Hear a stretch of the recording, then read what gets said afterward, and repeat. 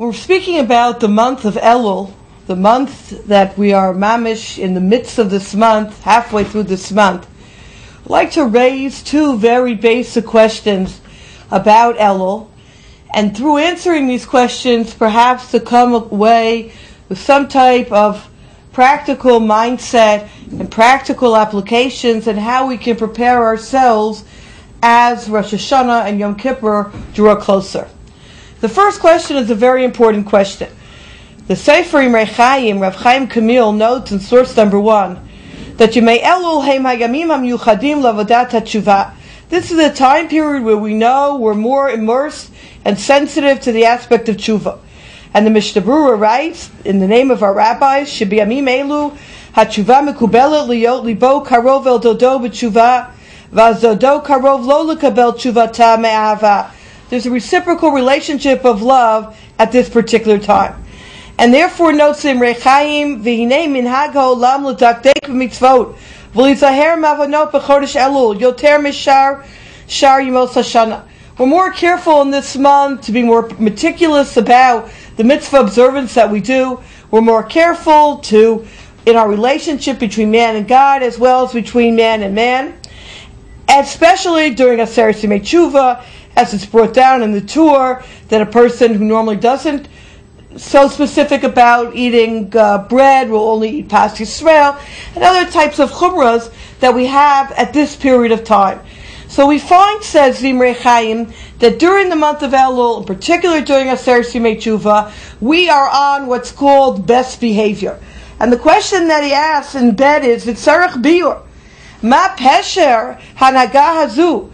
How do we explain this behavior? Knowing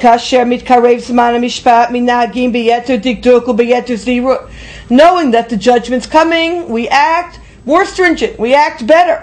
At first glance, is this not some type of trickery? Are we not fooling ourselves? Are we not fooling HaKadosh Baruch Hu? He knows where we're at. Suddenly, when we know the mishpat, the judgment's coming, so suddenly then we act more meticulous, we act more careful, and when we know we're not being judged so strictly, then we act any way we want to.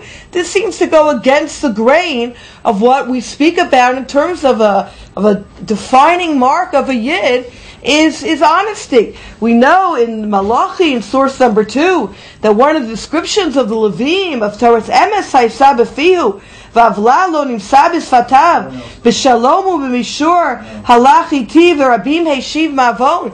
And Mefarshim there point out that what was the greatness of Shevet Levi? That they are echad b'peh v'echad b'lev.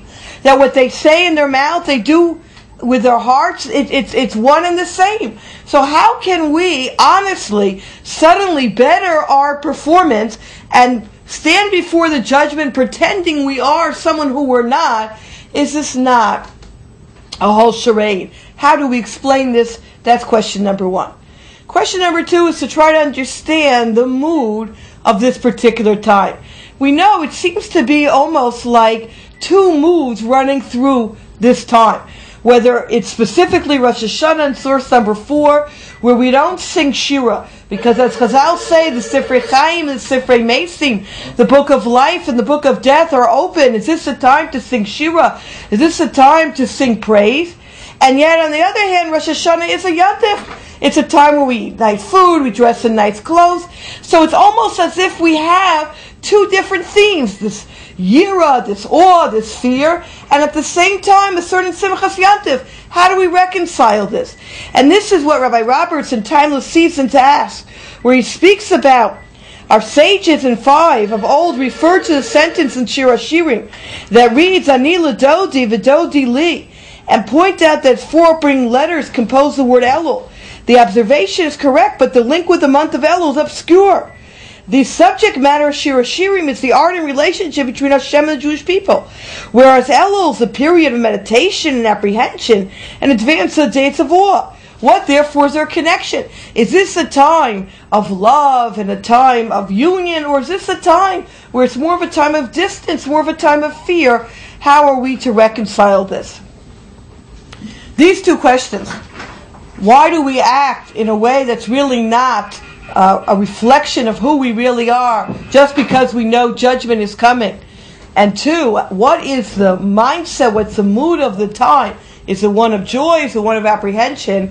These are the two questions that I think will allow us to gain, for this year, Amirat Hashem, a deeper insight into Elul. To begin level number one, there's a beautiful piece of Rabbi Tatz in World Mask, where he speaks about the whole concept of time. Where we know, he says, in source number 6, second paragraph, the overall vessel which contains the rest of creation is time. The medium of time is not monotonous and one-dimensional. It flows in cycles which have pulsations of energy. These cycles correspond exactly to the various energy levels we have mentioned in the human dimension. Or rather, they constitute the framework or container of the human dimension.